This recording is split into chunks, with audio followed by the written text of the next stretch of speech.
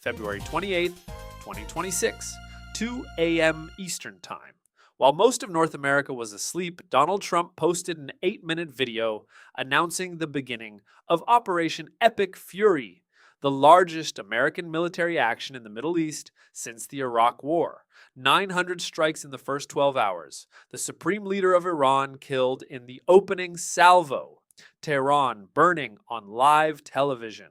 And Canada, America's closest ally, its largest trading partner, the country that shares the longest undefended border in the world, was not consulted, not informed, not asked. Mark Carney was 15,000 kilometers away in Australia, in the middle of a trade mission, when the bombs started falling. He found out the same way you did, from the news. What happened over the next 10 days tells you everything you need to know about where Canada stands in this new world order. If you want to understand Canada's position before the media spins it, subscribe and hit the bell to understand why those words, Canada was not consulted, matter so much.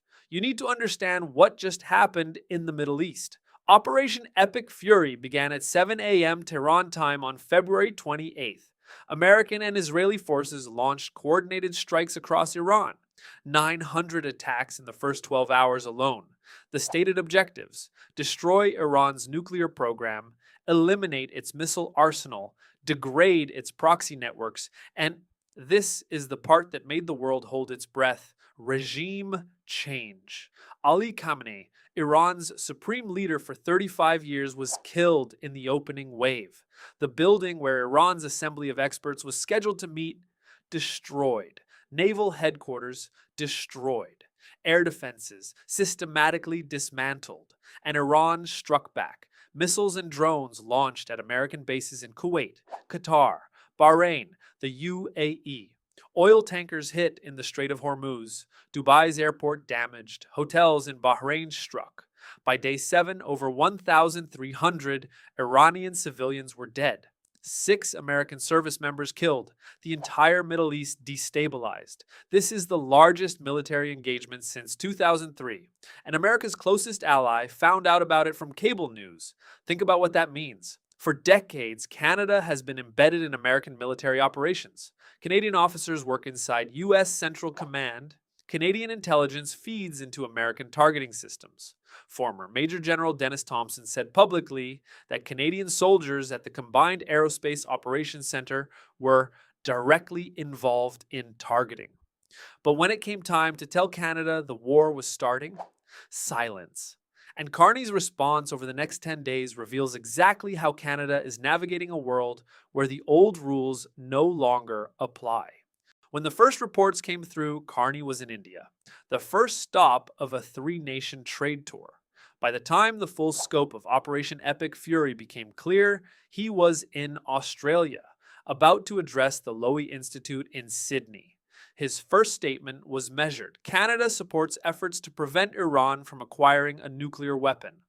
Canada stands with the Iranian people against an oppressive regime. Canada supports its allies. But then came the sentence that made headlines around the world. We were not informed in advance. We were not asked to participate. Prima facie, it appears that these actions are inconsistent with international law. Let that sit for a moment. The Prime Minister of Canada just said, on foreign soil while American bombs were still falling, that America's war likely violates international law. The reaction was immediate. Some in Canada praised him for honesty. Others accused him of abandoning an ally. The NDP called his position unprincipled and contradictory.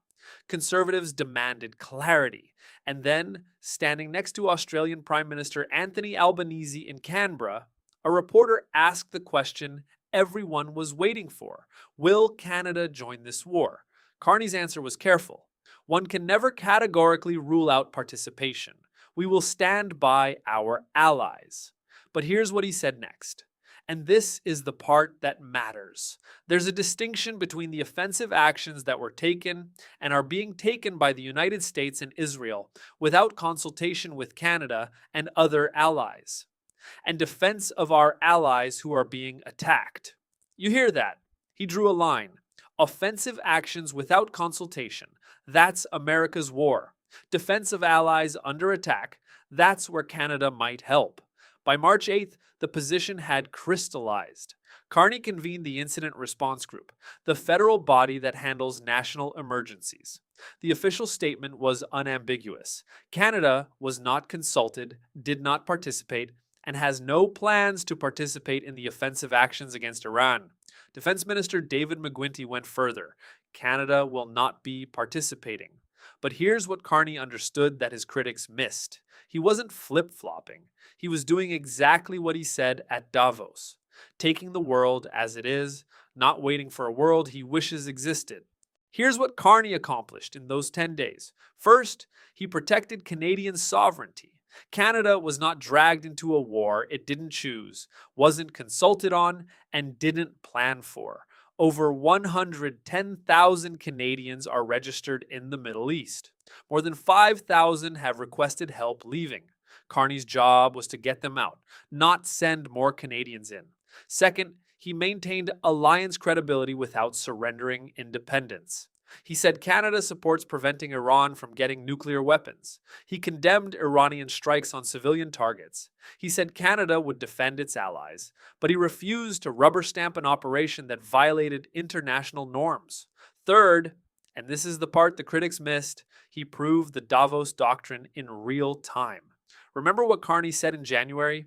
Great powers act without constraint. Middle powers must build alternatives.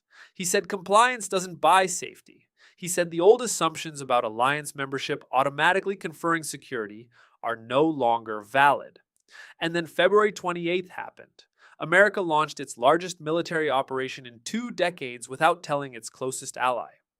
The old rules didn't protect Canada. The old relationship didn't guarantee consultation. Carney's response wasn't confusion. It was application. He named reality, inconsistent with international law. He protected Canadian interests, no plans to participate. He kept doors open. We will stand by our allies. Here's why this doesn't reverse. The precedent is now set. America will act without consulting Canada when it chooses to. That's the new baseline. Carney can't change that, but he can build a Canada that's prepared for it. Trade diversification, defense partnerships with Australia, investment from Qatar, intelligence sharing with Europeans. The world just watched Canada's closest ally start a war without a phone call. Every trade deal Carney signed in India, Australia, and Japan looks smarter today than it did a month ago. If you think more Canadians should understand what's happening in the world right now, hit the like button.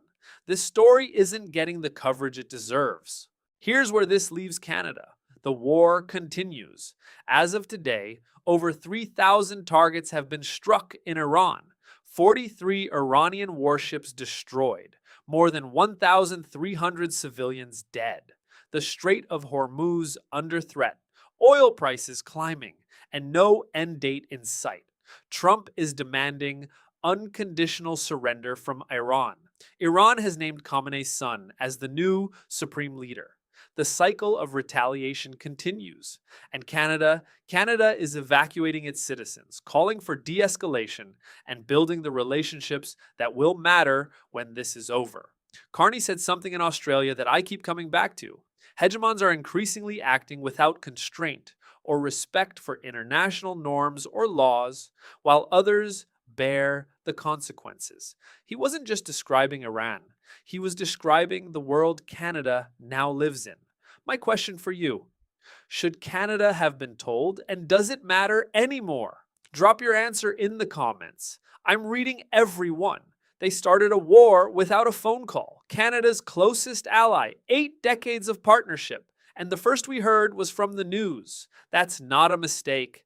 That's a message. And Carney heard it loud and clear. If you want to see the Davos speech that predicted exactly this moment, where Carney warned that great powers would act without constraint and middle powers needed to prepare, that video breaks down every word. It's the context for everything you just watched. That video is right here. I'll see you there.